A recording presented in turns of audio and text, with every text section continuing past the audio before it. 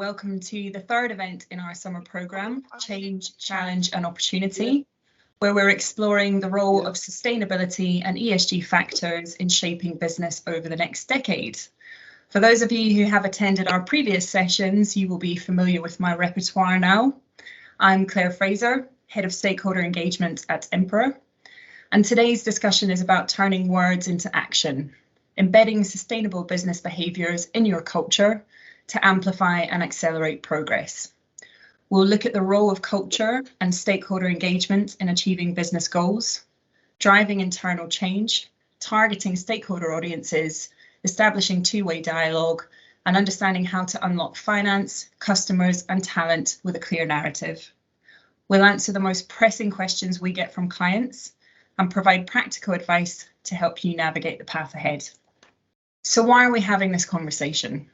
Change is everywhere right now, from increasing stakeholder expectations around climate action, social issues and equality, new policies and regulation on technology and low carbon economies, to food and supply chain shortages, the impact of Russia's war in Ukraine and rising inflation. No brand or sector is immune, and sustainability commitments are now an expectation, not a differentiator.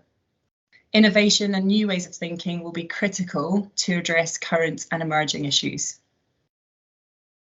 We promised you expert views from business leaders and practitioners at the forefront of change, and our panel today includes Stuart Price, Chief People Officer at Zenith. Stuart leads the people team and is responsible for ensuring that both the people strategy and Zenith's culture attracts, develops and retains an engaged and high-performing workforce. He is experienced in leading mergers and acquisitions, organisational design and change, culture and performance improvement, and leadership development. Stuart comes from the fast-paced and regulated sectors of food retail and healthcare, where putting colleagues, customers and shareholders at the heart of everything is key. Yes. We also welcome John Khoo, Head of Sustainability at Interface. Following a career in law, John joined Interface in 2012 to reapply his skills to tackle the global challenges of marine plastics, inequality and climate change. John's decision to switch careers was inspired by the oceans, and his focus now is on sustainability, inclusive business and entrepreneurship. John specialises in commercialising Interface's sustainability initiatives and its response to the climate emergency, to run its business in a way that reverses the effects of global warming. John has instigated several key partnerships, initiatives and collaborations to accelerate Interface's climate take-back mission. We also have Fallon, Head of Engagement and Change at Emperor. Catherine specialises in developing change communication and engagement strategies that enable the alignment of stakeholder perceptions, behaviours and actions with brand, values and strategic objectives. Catherine has worked with HSBC, Novartis, GlaxoSmithKline, BP, M&S and Unilever, so a real broad range of experience across sectors. And last but not least, we welcome Toby Bull. Toby is Head of Digital at Emperor and is interested in how companies can effectively use digital to improve the way they communicate and engage. He is currently studying for a Master's in Sustainable Development and has extensive experience of working with FTSE 100 and global companies across different industries and leading multidiscipline teams to deliver creative digital strategies, engaging corporate communications and custom technology solutions. Toby has worked with British Land, Prudential, ASOS, Sainsbury's, BT, Rolls-Royce and Anglo-American. So again, a range of experience across sectors. So without further ado, today's discussion is all about words to action, like I said, and I'm going to kick off with John and Stuart. So Interface and Zenith both have ambitious sustainable business goals. For the benefit of our audience who might not be familiar with your businesses, can you tell us a bit more about your goals and strategy and where you are on your journey? And I'm going to come to John first and then you, Stuart. Well, thanks, Claire, and great to join you guys today. And thank you to Emperor for the invite. So a little bit about Interface. We're a flooring manufacturer that has a long tradition in sustainability. So we've been working on it since the 1990s, when our then founder just had this moment where he realised that his super successful flooring tile company was having a huge impact on the planet. As mentioned before, our mission is called Climate Take Back.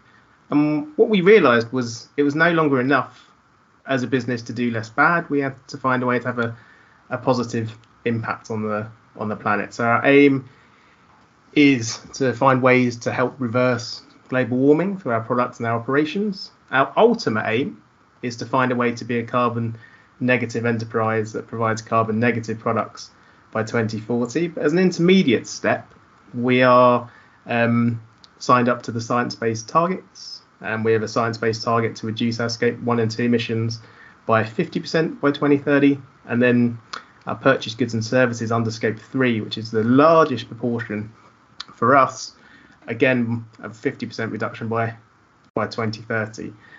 So that's generally where we're at, and it's really thinking for us around how can we get our people behind what we need to do in our operations and our products to be able to play a part in challenging a climate crisis.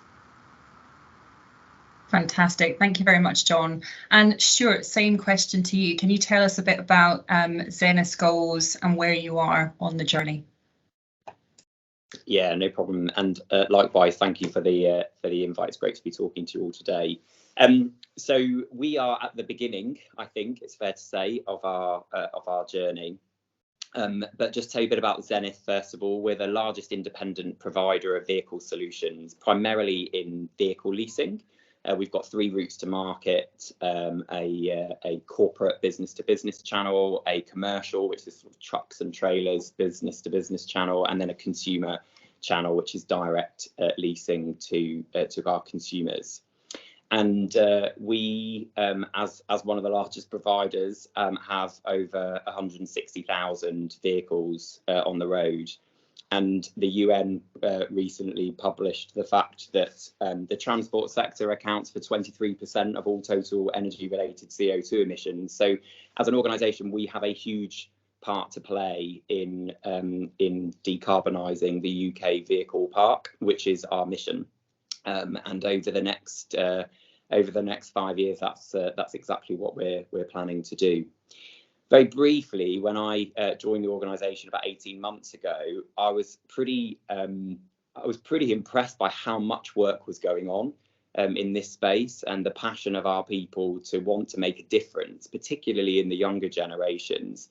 But the opportunity for us was to be really, really clear about what it was we wanted to change, and to narrow those down into some really clear goals. And also to tell that story in a really compelling way to all of our stakeholders, both our colleagues, our customers, and our shareholders, so that they can then ultimately tell that story to future investors. So we've boiled our goals down into 3 key areas. I'm not going to go into all the detail because that could be here all day, but they sit under climate change, of which, similarly to John, we have a commitment around SBTi targets to reduce our emissions. We are going to transition our 48,000 funded fleet to battery electric and sustainable vehicles by 2030. We are already a carbon neutral business, and we're offsetting all of our emissions currently today. But our plan is to actually reduce the emissions, so we have to do less offsetting. And we've also done quite a lot of work in refinancing with green sustainable bonds, so that we can buy our vehicles with sustainable funding. So that's the kind of climate change piece. We've also launched a new people promise, which we've been working with Emperor on, and Catherine has supported us very heavily in that space. So we're really clear from a people and culture point of view, what does it mean to work here, and what's the promise we want to make to colleagues. And that's a 5-year journey. And again, I can go into a bit more detail on that later if people are interested. And then the third area for us is all about supplier relationships. So if you think about the fact that we have 160,000 vehicles, we don't actually touch those vehicles very often. They're all done through third-party providers, whether that's manufacturers or maintenance and repair operations. So the relationships that we have with those in order to work together on items of sustainability are critically important. So those are our 3 key focus areas, and I've covered the goals under climate change, but I'm very happy to cover some of the others later if you want me to. That's brilliant. Thank you both. So very ambitious goals. And obviously, you know, a lot to mobilize in terms of the business and who you need to get engaged and on board with that. So Stuart, specifically in your role as Chief People Officer, and thinking about that internal engagement piece. So you mentioned that one of your big pillars is around people and your promise to people. So can you just elaborate on some of the considerations and also the complexities around driving internal change? Yeah, I mean, I think the first thing I will say is that, you know, having worked with people extensively for over 20 years, change is hard, and getting people to change how they think and do things is, you know, sounds really easy, but it's actually really, really difficult. So it's always great to be able to talk about these things. But a couple of things that were really important here in particular. So I think the first thing is, often when we're doing change, people try and do sort of initiatives. And in my experience, I think if you really want your change to last, you have to weave it into the fabric of absolutely everything that you do. So an example, when we created our people promise, it was about what is the business trying to achieve. So our business is going to double in size over the next 3 years, and it's taken us sort of 33 years to get to the size that we are now, and we're going to do that all over again in the next 3. And so it was really clear that we needed to think differently about our culture, how we design our business, our leadership capability, all of those sorts of things needed to be really different. But to get the attention and support of the business, who are focusing very much on the here and now, as is always the case, we had to paint that picture and narrative of the future and start to get them to think about it. And so that was a really key part in the people promise, was using some big data and some statistics to really bring to life what we're actually going to have to do, and what got us here is not going to get us there. And I think it's fair to say that some of those conversations were quite uncomfortable, and you know, human nature is to move away from uncomfortable conversations. And I think as leaders, it's our role to bring people towards them and have them, but in a supportive environment. The second thing for me would be around stakeholders, and often people start with the sponsors. I like to start with the doers. So go out there and find the people in your organisation who are really passionate about the subject, whether that's people change, culture change, or in our case recently, the environmental agenda. And what I found in Zenith was there were so many people that had amazing ideas and a real passion to be involved. So galvanise those people first and get all of their ideas and thoughts, then boil that up into your narrative and your story, and then go and get your sponsorship and get your board usually, or your senior stakeholders involved. A couple of examples just to bring that to life. So our ESG committee is chaired by a colleague, a relatively junior colleague, who is just phenomenal and really passionate in this subject. And he, along with the rest of the committee, are colleagues from across the business. So I sponsor it, but actually the committee run it. And I think that's a much more effective way of driving the change. You don't have to create armies of new people with sustainability roles and responsibilities. It's actually a load of people in your business that want to do this. And then with the sponsors, I think this was a really important thing for Zenith. So this was a business that has been incredibly successful. It's grown continuously year after year. And the sustainability agenda and the whole diversity and inclusion agenda and all of the stuff that we're all talking about now, whilst it isn't new, it's definitely grown in prominence and focus over the last 2 years. And so it should, in my opinion. But it's very easy to criticise the past, and I think, I often hear statements like, "Oh well, the board's really pale, male, and stale." That isn't type of language that's going to engage and get people to change behaviour.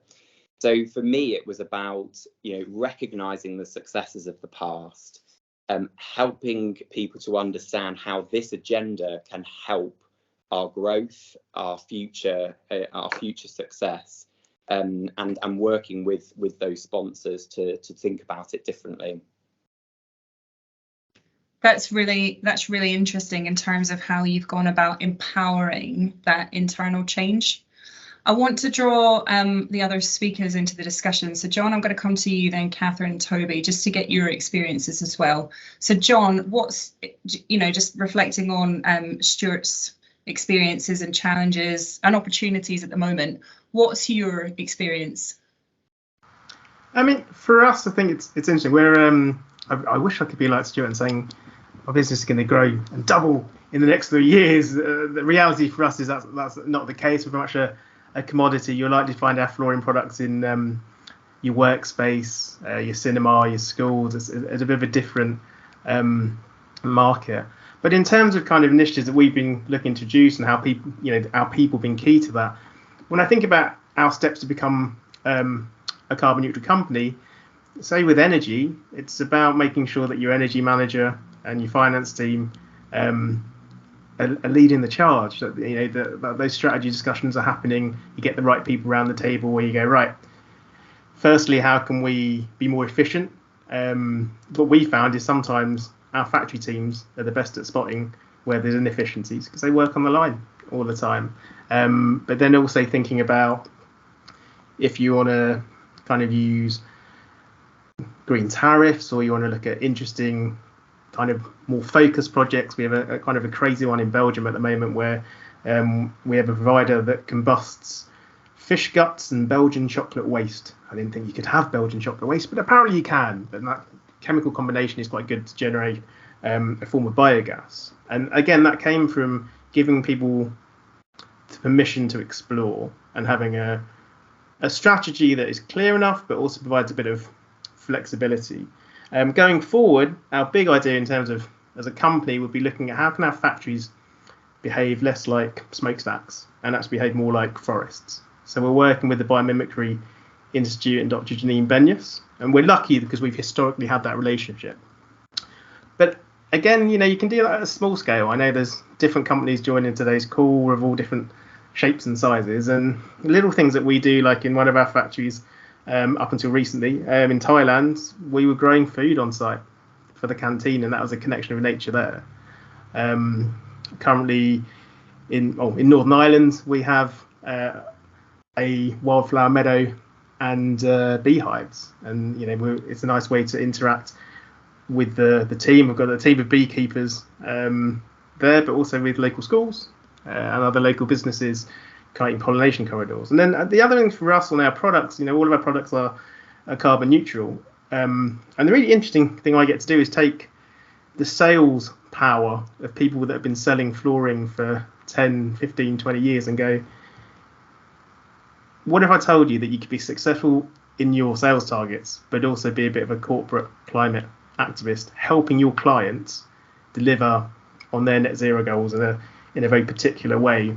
And I think for us over the last 20 years, being able to light that spark and be able to make sure that anyone on that sales side or that operation side can find their place, can find their way to contribute, is what we've always been looking for. And what's nice, having been in it for a long time, is it's changed their professional lives and it's changed their personal lives as well. And I think one of the benefits over time, and Stuart, sounds like you guys are already seeing this already, is that where you find that balance. And we will achieve, later this year, I expect we'll be able to get certified under PAS 2060 as a carbon neutral company that creates carbon neutral products. But that's nice for a tender and RFP, but the real joy of that is the contribution of the people within the organisation that have made it happen and also get to benefit from that going forward.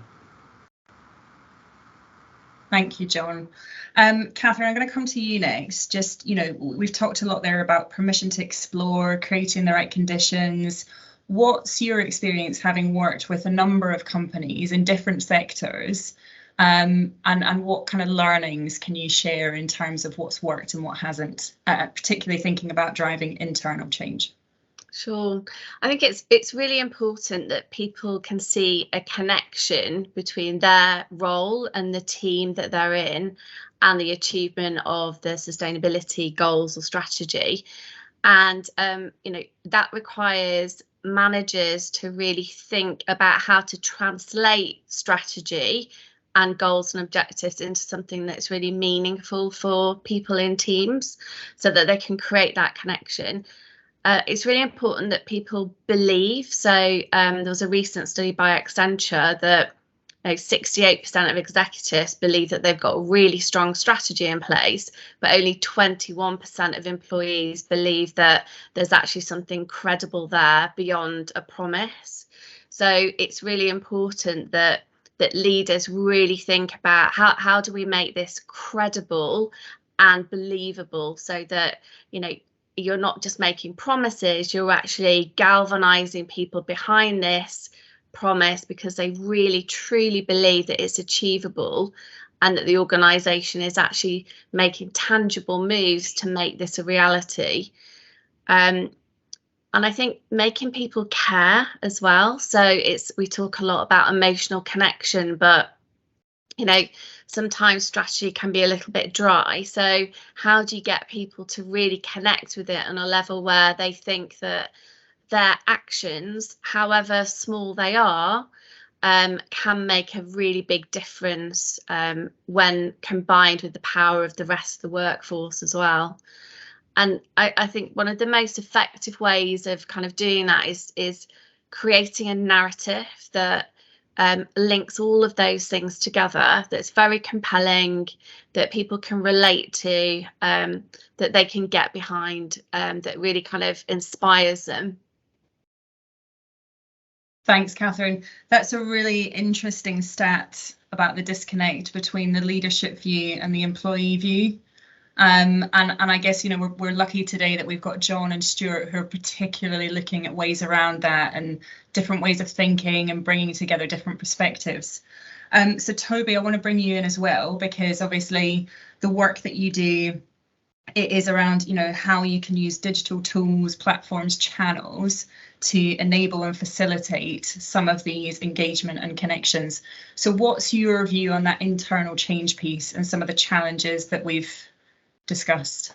Yeah, there's some really exciting things actually that have come to mind just through the conversation. Actually, I could sort of go back to the narrative thread, and I might come back to that in a bit because that is our sort of bread and butter in a lot of ways at Emperor. But I think some of the things that have really excited me that I've already heard about are and I think actually, John and Stuart are at slight different times in the journey, which is a really good contrast for us to see, because we can see someone who's setting this up and establishing it, and then obviously John, your CEO and founder in the 90s, set this up as a mandate for you as an organization. So some of those things feel a bit easier for you. But I think what's really interesting is about people, the continual theme of how does this relate to my role, and the tools that we can use to do that. And if we look at if we go back to the operations teams, or some of those teams that are probably a little bit more, not at the cutting edge of a message, but are actually more at the cutting edge of what does a business do. You've got people like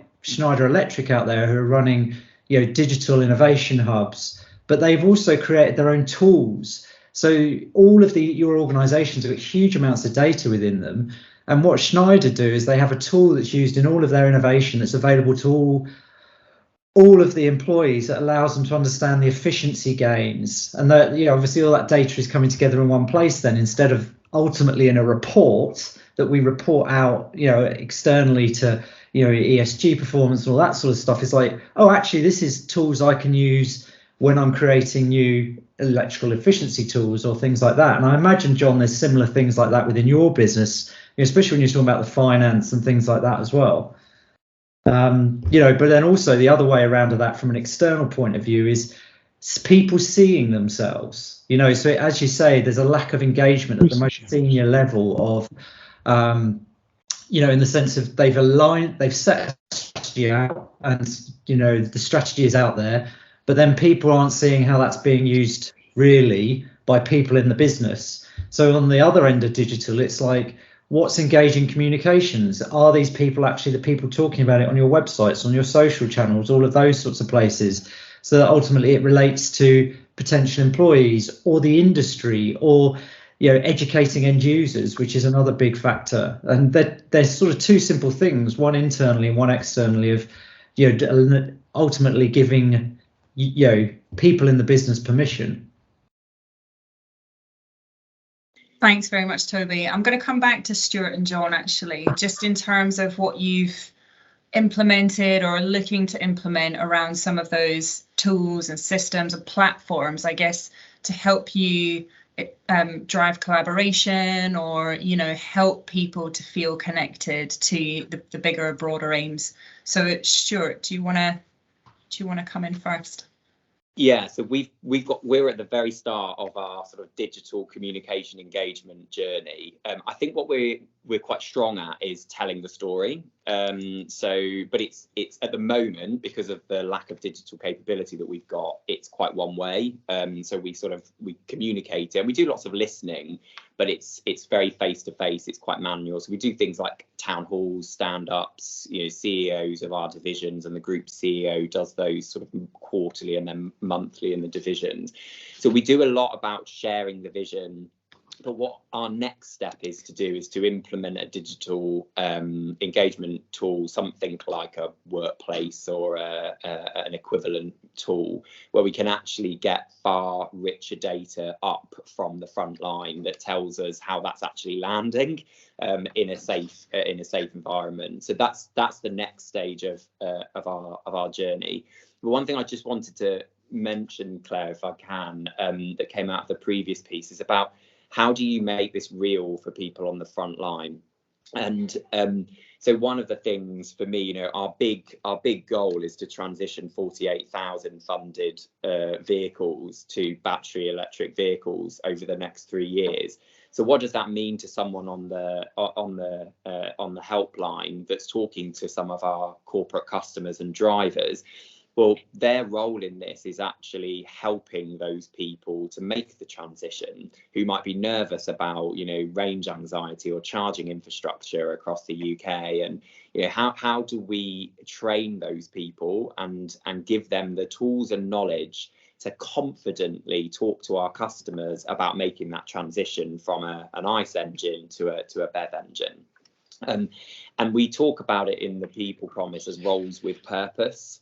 And so, you know, what is the actual purpose of every role that we have, and how does it link back to our overall strategy, of which sustainability is weaved right the way through that?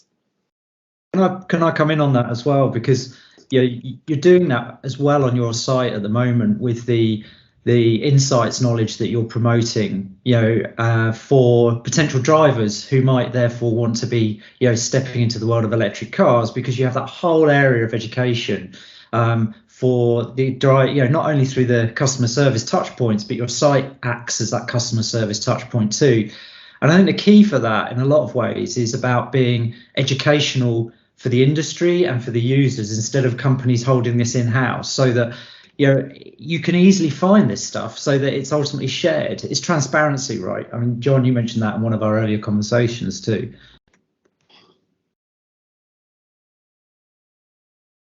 You're on mute, Stuart. Sorry. We've got the data that would enable us to be able to tell a colleague, you know, through all of the vehicles that you helped customers select that were electric, you took out X number of emissions out of the environment. We've got that, you know, we've got that data, but we don't have the tools yet to be able to convert it into the message and narrative. But then you start to build it into everything else that you do. So do you want to build that into your incentive programs and actually make your bonuses linked and commission schemes linked to sustainability? Absolutely. Do we want to build that into recognition and make sure that we're recognizing colleagues in terms of those, more sustainable goals? So that's the opportunity for us. We've got the vision, we've got the goals. How do we weave that into the fabric of everybody's job? That's the next step for us on the journey. And John, I want to bring you back in terms of your experience at Interface. Similar challenges or different?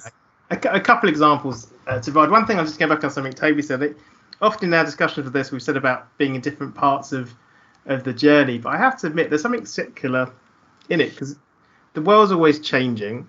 You have to kind of measure, and you kind of have to be like the Madonna of sustainability in terms of you have to reinvent yourself quite often. So even in my time, 10 years at Interface, I think we've reinvented ourselves twice when it comes to sustainability. But to go to the examples, a couple of thoughts. I think internal comms is crucial, and we use Workplace, but you could use Slack. And what that allows us to do is to create a dialogue. So top down, we have a new CEO, and at the moment, everyone's getting to follow Laurel Hurd's journey as she gets to learn about the company in a democratized way, especially when she's looking at sustainability. But she also can highlight what's her priorities and what's coming down perhaps from the board. The other thing we've used is inspirational speakers. So whether it's getting someone like, and this is where being in it for a long time, you get a couple of favors. So getting Christiana Figueres or some of the authors from All You Can Save to give the feminist view of what gender and sustainability is like, weaving kind of diversity alongside sustainability is good for us. But the other big thing around internal comms and something like Workplace is recognition. That ability to for people to join the discussion, but also for people to be recognised for their sustainability efforts, or even challenging what's happening. That's a big thing that I think we can talk more to. Secondly, in terms of innovation ideas, creating innovation farms and opening up your innovation, whether inside your organisation, and if you can do that, even looking outside to kind of universities and so forth. We've used a number of platforms where we said, tell us what we can do to reduce waste, or how we can turn what is a waste material from our manufacturing or post-consumer into something new. How can we get a repair and reuse economy to actually work at scale? And being able to put that out to your internal or external network is a very powerful thing, and it also feeds into what becomes our innovation pipeline for new products and services. And then finally, with your suppliers, often people kind of think about supply chain being a checklist. Have you got this? So you can do this. Am I going to use the stick of whether you're going to be my supplier or not? But when it comes to a lot of climate work and carbon work and social sustainability work, it's a real dialogue. So instead of just having a checklist, having that snapshot of where you are, an aligned common vision of where you both want to be. Because the reality is, for our Scope 3 emissions, unless I'm encouraging and helping my supply chain tier 1, tier 2, tier to whatever nth degree embrace renewable energy, or embrace looking for alternatives to fossil fuels and using more recycled content, I'm not going to achieve. And Interface is not going to achieve what it needs to achieve. So we work with platforms such as Manufacturing 2030, and there's a number of them out there where it's about sharing goals, sharing common challenges, and pooling where the answers might be. And then we go from digital to personal, where then you might want to work with like a business school like the Cambridge Institute of Sustainable Leadership, or there's so many good academic institutions around the world now where you can really have supplier summits, pull everyone together, find out what the common issues are and brainstorm. And I have to admit, and this is a controversial thing, I don't know if it's, and Toby will know the answer to this, I think it's really hard to brainstorm on Teams or digitally. Yeah. I think it's much easier to do so when you can be in the same room, be relaxed and talk about what the real challenges are. And now that we're coming into more in-person meetings, just to balance it up, I I like to get the best of both worlds, digital platforms and in-person meetings, to have that impact with suppliers or your own employees. But there's a big thing there. I think this is sort of shifted to the external perspective. You know, we've been talking about the internal and how to get those communications flowing there. But I think there's something really important about knowing who are the right people to be talking to externally, and those relationships can be really positively nurtured. Not, you know, it's all very well having a website with some good information on it, but people may never end up there. But if you're meeting and working with and projecting out into the industry in the right locations, and I see, John, you know, you've done stuff in the Architects Journal or DZen, or, you know, that's where you start influencing people too. And you know, dare I say, maybe you're an influencer in that respect, but, you know, it is about using the right digital channels and communicating in the right forums digitally. And I have no doubt around, you know, electrification, cars and the leasing environment, there's the same sort of things, going out there and being part of them, so that you are establishing those relationships through what you say, and your employees can use their social channels to be talking about it freely as well, knowing that it's a good thing. And then those real world relationships come off the back of them. Otherwise, you're basically navel gazing internally, aren't you? I think as well, digital channels are a lot more inclusive, so you can get more people involved at different levels as well. And I think that's what's really exciting. Although I think, you know, there is a wave of employees coming through who do have very strong opinions. They're very, very open in sharing those opinions. And I think that's really positive, but everyone's got different learning styles and different ways of approaching things. And I think digital platforms really give everyone the opportunity to have their say and contribute. I would completely agree with that, Catherine, and I love the point you made around they're more inclusive. You know, if you only communicate with the suppliers you've selected and the colleagues you've employed, often, you know, we know that can be quite a constrained group.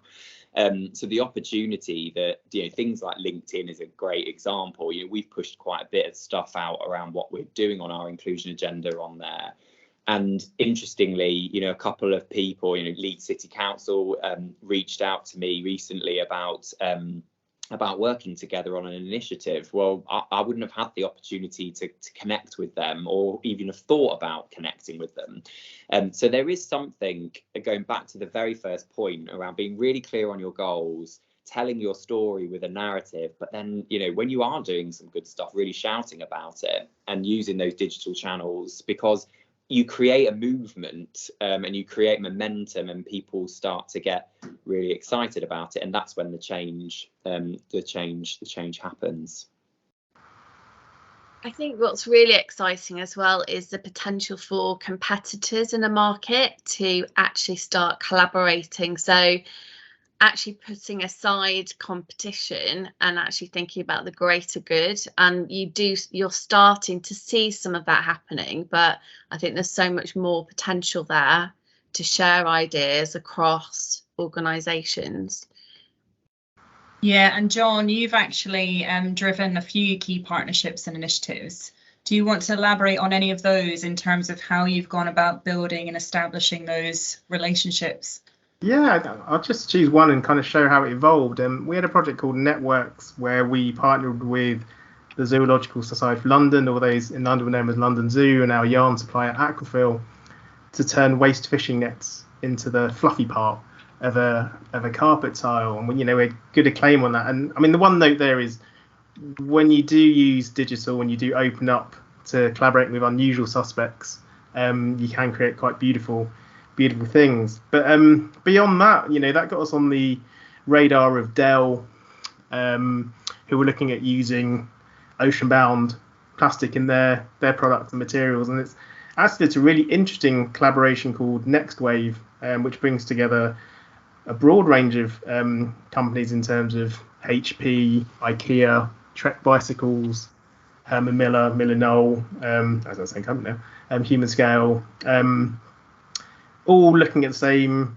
issue of incorporating and inspiring people to incorporate ocean-bound forms of plastic. But I'd also agree to Catherine's point that in a pre-competitive way, it is tricky, and you do have to get lawyers involved sometimes just to make sure you're keeping your nose clean. But an example that I would say is on the take back of flooring. We're at a stage for the last 10 years where there are schemes, but they're always operated by one manufacturer. They never reach scale. And we won't really able to reach scale and really have a circular economy industry solution until, you know, we succeed in having those discussions with our competitors, with municipalities and waste companies about unlocking what's our waste and our customers' waste into being either recycled back into products through standardization or used, you know, in other industries and repurposed in a way until we start drawing those links together. I think the circular economy is a great example where digital collaboration actually means it's possible, whereas sitting in your silos and sitting in an analog world is why we've never, you know, the take back of anything apart from aluminium for cans is a real challenge, and we're going to need those kind of forums and collaborations and curiosity is the word I was trying to think of to realise scale. I mean, there are some really fantastic scaled versions of that, and you know, for example, Rolls-Royce, the aviation organisation, you know, they have a take back program where basically they realised that they're in the same locations as all of the other aviation companies because of airports mostly, and therefore they could ultimately take back all of the parts and what have you and recycle them into other things, you know, and that was something that started in-house but then became an industry-wide piece. And they were that really was driven by a lot of the communication they were doing digitally online as well, by showing the maps of those journeys, showing how the impact of having I mean, it's a contentious environment, of course, and Rolls-Royce are trying to address that through electric aviation, but which is another fantastic principle that they're focusing on, because if you look at their communications, that is a lot of where their energy goes now, so that they can be seen to be pivoting in inverted commas. But definitely, I think there is a challenge there of where actually a lot of this conversation is being focused through very analog conversation groups and isn't getting out there into the wider world. And DZEN, well, we've mentioned it already, but they got a huge amount of traction through conversations through DZEN talking about their electric aviation piece and therefore point backs, and therefore driving a lot of that conversation and sharing it, which no doubt led to a lot of analog conversations off the back of it. I think it's always really nerve-wracking thinking about that kind of cross-sector collaboration, because it's so big. It's a bit like government, isn't it? You know, how do you get all of the institutions of different government departments to work more collaboratively together? I do think you have to create some interest as well as just pose the question. So by pushing out the things that you're doing and getting other people to see that you're leading the way in this, it will start to get people interested. I think, John, you used the word curiosity, which is just, you know, it's just a great term. And you want to get people curious. So, you know, whilst that bit might seem a bit way out there and a bit difficult to achieve, you know, by focusing on the things that you can do and the difference that you can make, you know, people will start to come. Because as I said earlier, you create that narrative, you create the interest, and people want to follow. I mean, we've done a couple of really great supplier initiatives here. One was with QuickFit, you know, 25-year relationship that we've had with them, and they now recycle all of our tyres on our entire fleet, which is, you know, a major contribution. And make sure that all of the rubber that they source for new tyres is ethically sourced through their supply chain. And I think, you know, John's language around, you know, how can we work together, not through a contractual relationship, but through a partnership relationship is really, really important in these supplier conversations. And similarly, you know, we buy a huge amount of parts for our vehicles, you know, brake pads, tyres, all sorts of things. And we've just this year started a scheme to reuse those parts. And, you know, it's a relatively small number at the moment, but, you know, 80,000 pounds of our parts were actually reused. So we've saved them by reusing those parts. And our target at the end of full year 23 is to be at £1 million for that, which is a huge, steep curve of growth. But it's about creating those stories, working with those suppliers, and then really pushing those messages out there. Do you think we're at a point where, in some places, where there is a sort of blur, isn't there, between it being greenwashing in terms of saying a lot of stuff because we don't know what the impact is, and then a lot of this stuff actually now, as you're illustrating, Sean, being actually put standard practice within the cycle of the industry. I just as an example, just thinking of Volvic, they're a massive. If you look at them, they're a B Corp. They're a massive bottle producer, though, in effect, because maybe that's part of their scope 3. But they are obviously in that area. But you go and look at their digital communications and everything there. That's not. They are completely looking at the way in which they can be more sustainable in everything they do. And in fact, their products almost don't get a look in their digital communications. It's about their approach. I think people are prepared to give you the benefit of the doubt if you haven't, if you're still thinking about things you haven't, but you have to have done something. I think now in today's society, not doing something in this space, whether it's, your culture and your people plan and inclusion, or whether it's environmental and sustainability, or whether it's governance suppliers, whether it's, the slave trade, whatever it might be, you have to be making progress in this space. And if you can't point to measurable impact that you're doing, then I think your stakeholders will start to lose confidence relatively quickly. I did a talk to a bunch of students the other day around employability skills. And at the end, I kind of opened it up for questions, and 90% of the questions were all about sustainability. What are we doing around the environment? How diverse is my team? The questions are unbelievable. And I think therefore you can't. The next generation are not going to allow it, and quite rightly so. So it's incumbent on all of us to make that progress. It can be tough though, because I appreciate that if you want to talk about being sustainable or regenerative, you put your head above the parapet, and different companies are going to have different risk profiles depending on what industry you have, who you manager on, how you feel. Our sense of it has always been, if you accept that you're not going to get things perfect, and that you can be transparent, and that you can share when things go wrong, but you don't abandon them. You learn from them. You show I don't know what the equivalent of a growth mindset for a company is.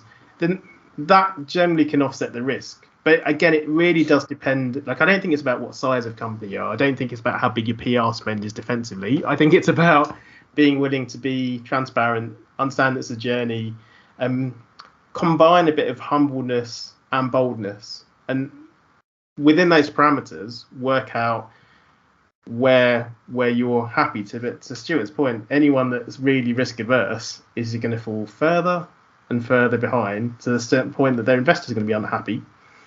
They're going to have a lack of employees that want to work for them or want to keep working for them, and their customers are going to think you are the Nokia or another kind of redundant business. Apologies if Nokia on the line. I think what you just said about investors there, when this conversation was being lined up, and apologies to anyone on the call who's specifically investor relations, but for me, if all the other factors are building up towards it, your investors are going to benefit from it anyway. In terms of the performance of the company, the quality of the skills, the innovation that's coming out of it, all of those aspects are going to get there. And I think a really good example of that in a really sort of hot environment is SSE, who are an energy provider, one of the biggest energy providers in the UK, of course. But not only just strategically are they completely realigning with renewable, sustainable energy formats, they're actually proving it. And you look on their digital communications, they've got very straightforward points on there that appeal to potential employees. £24 billion invested in clean energy, the amount of their zero action plan, all those sorts of things. And they're just things that they're getting behind and pushing forward, so the momentum will continue to carry them in that direction, isn't it? Yeah, and that's a nice segue actually, Toby, in terms of that point about momentum. You know, I'm just looking at the points we wanted to cover off today, and actually, John and Stuart, you both touched on the two-way dialogue. So I think it's very easy to, you know, come up with a strategy or craft your messaging, and, you know, you sort of publish it, and then everybody breathes a sigh of relief and then thinks the job's done. But actually, this idea of 360, you know, we've touched on growth, different paces of growth for different companies in different industries. We've touched on adaptation. John, I loved your comment about sustainability, being the Madonna of sustainability. So that ability to reinvent, you know, reposition, adapt, innovate, I think is all really interesting. And it plays into this idea of ongoing engagement, which from a communications point of view, you know, when I trained, and probably Toby and Catherine, this is the same for you as well, a lot of it was about projecting. So, you know, you had like mass audience targeting of information. And I think with digital, you can be much more personalized and bespoke in terms of the way that you target different stakeholder groups.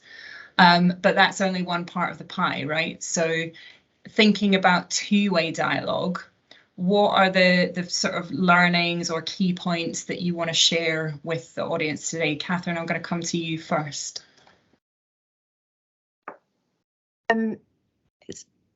I think it's really important that the leadership team, and I'm thinking ExCo, are fully on board. And I really recommend anyone leading change to get a copy of their ExCo org chart and have a really honest think about who are promoters, who are passives, and who are detractors. So the people who are slowing you down or putting barriers in your way. And it's a really difficult exercise to do and be really honest about it. But it's very easy for senior leaders to say that they back this activity or this strategy, and then years down the line you can find pockets of resistance, and it all links back to that leader who never really bought into it in the first place. So that's what I would do: start the dialogue at a very senior level, and try and understand how to influence the people who you think are important to helping you achieve your goals. If they're not that important, then just don't spend any energy even trying to engage with them. Just navigate around them, I think. Interesting. So that's almost the opposite to Stuart's approach.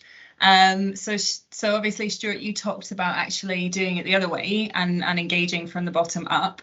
But I'm thinking particularly about how you maintain that ongoing momentum, especially when some of these goals can feel really far out, right? So 2030, 2040, 2050, that can feel really far away. I think a lot of people at the moment are struggling to think about next year, never mind 10 plus years ahead. So what are your sort of, I guess, picking up on some of the points you made previously, but also thinking about that ongoing momentum? It's just a couple of things. So the first thing, the bottom up piece is about building the narrative. Once you've got the narrative clear, I completely agree with Catherine. You then have to get your sponsors. It's you. But for me, I see very often people come into organisations and build their narrative based on their previous experience. And every organisation is different. And it's different because it's got a different history, it's got different people, it's got different contexts, different sectors. Whilst people are largely similar in terms of how we operate and behave, you know, the environment that you're implementing that change and getting people to change behaviour is different. So my kind of approach, when I joined here, I did 120 hours of listening with colleagues in my first 4 weeks. And it was, you know, it was listening groups, it was walking, it was site visits, all those sorts of things, just to understand, you know, what was important to them. And then when we created the narrative, I remember when we were working with Catherine, you know, we were challenging all of the words because I was like, no, that's not what people said. That might be what Catherine thinks or what Stuart thinks, but actually that's not what people want. That's not what they're telling us. So that's that bottom up piece, is, you know, really making sure that that is what feeds the narrative. Then you do your sponsorship stuff. I think the bit on how do you keep it going is a really interesting one, and quite a live one for me this week, having hit a couple of barriers along the way, which always happens, is people might buy into your narrative, but as you're trying to implement it along the way, that's when the rubber really hits the road. So there is no one in our organisation that doesn't buy into to the people promise. Yeah, everybody's like, this is amazing, this is exactly what we need, it's going to take us forward, it's really innovative, it's really fresh. All of that was really positive. But when you're starting to bring data in on a monthly basis that says, okay, so we've done these initiatives around inclusion, but we're not actually seeing more women progress, or our gender pay gap is still big, or is getting bigger, or whatever it might be, that's when you have to go back to that commitment and narrative. And I think that's the bit for me, is if you launched it and you don't refer back to it, you won't drive it through. So for me, when we hit those obstacles and challenges or points of resistance, because it's gone from a narrative to actually I need to do something and change the way I behave, being able to pull that narrative out and say, we talked about this, we committed to it, this is why it was important, and here's an example of what this means. How are we going to make the decision now that moves this forward? And they're the really testing bits, not the narrative and getting the sign off. I think it's when the rubber hits the road, and really every day getting people to live it and breathe it. Yeah, absolutely. And a lot about listening and understanding, which, you know, is really important in terms of making people feel involved and empowered. John, I'm going to come to you next, and then Toby. Yeah, I'll be quick. I think structurally, it's about making sure that people's annual operating plans, or 3-year plans, or 5-year plans, or if anyone's lucky enough, a 10-year plan, kind of reflects the value, and that people were being assessed in their kind of appraisals on it, whatever level. But then away from the structure, on the personal, it's about building trust. Your detractors are really important. They're fascinating people, because if you can understand where they're coming from, and if you can reposition them as being a critical friend, they're the ones, they're always and you can make them feel valued in the challenge that they're bringing. Thinking how you bring that shows an element of trust. Combine that with, I'm a bit lie on this, working out what personally motivates them around sustainability, exposing them to areas on that, but also thinking about what motivates their team, or who you can bring in to spark the discussion you need to have, and more of a personality fit on that is something else. But what the output of that is always trust. So trust in the narrative, but also trust that they're being listened to. If they don't agree, it's okay not to be always following the line from the top. Yeah, that's a really good point, John, about motivation. So, you know, what motivates individuals, teams, and how do you, coming back to Catherine's earlier point about how does this relate to my role? You know, motivation has a huge part within that. Toby. Yeah, very quickly. I mean, it's a change program, isn't it? It's so, you know, these relationships are key. And I love this idea of there may be issues that you're not aware of in those individuals' lives, that, and I don't mean personally necessarily, I mean in terms of, you know, tools they're not aware of, technology they're not aware of, or even just seeing the data and those sort of proof points that are already existing. It doesn't stop by just communicating it out. You have to, you know, maybe help those people with introducing them to the channels you're using to communicate, helping them with a platform that could actually help them use data in their day-to-day life or what have you, but staying close to them and or maybe even just going back to them with the proof points, you know, showing them on the site, showing them the data that they're getting from the attention it gets, the interest it has externally. You've just got to keep going with it, unfortunately. There's no easy pill, is there? That message of support is really important. You know, helping people through change. You know, you can't drag people through it. You know, people are really complex, and as you said, John, you know, the detractors are fascinating. So kind of be curious, get in and understand what's making them tick, and help them to see it differently. Brilliant. Well, with 1 minute to go, I would like to thank all of our panelists today for a fascinating discussion, and I hope that everybody on the call has taken something away from today's discussion. Super quickly before we sign off, I just wanted to make everybody aware of what's next in our Change, Challenge and Opportunity programme. So we have a couple of events next week that are specifically going to pick up on disclosure and communications. So one targeted at FTSE 350, one targeted at AIM. We also have a couple of round tables looking at TCFD and climate strategies in particular, where we're going to unpick some of the transition challenges that John and Stuart have talked to today. And a couple of research pieces. One is on the purpose of brands, where we've actually done some research with Warwick Business School to look at brand, purpose and shared value and how you close that gap between aspiration and action to deliver impact for your business. So some of the things that we've picked up on today. And the other piece of research that we have coming up is around who's leading the way in sustainability. So we've talked a lot today about getting the narrative right, using digital channels, keeping the momentum going, establishing two-way dialogue and tailoring your message for different groups. So that piece of research on who's leading the way will look at some of the examples of who we believe is doing that well. So thank you again. Thank you to our speakers, and we hope to see you all soon.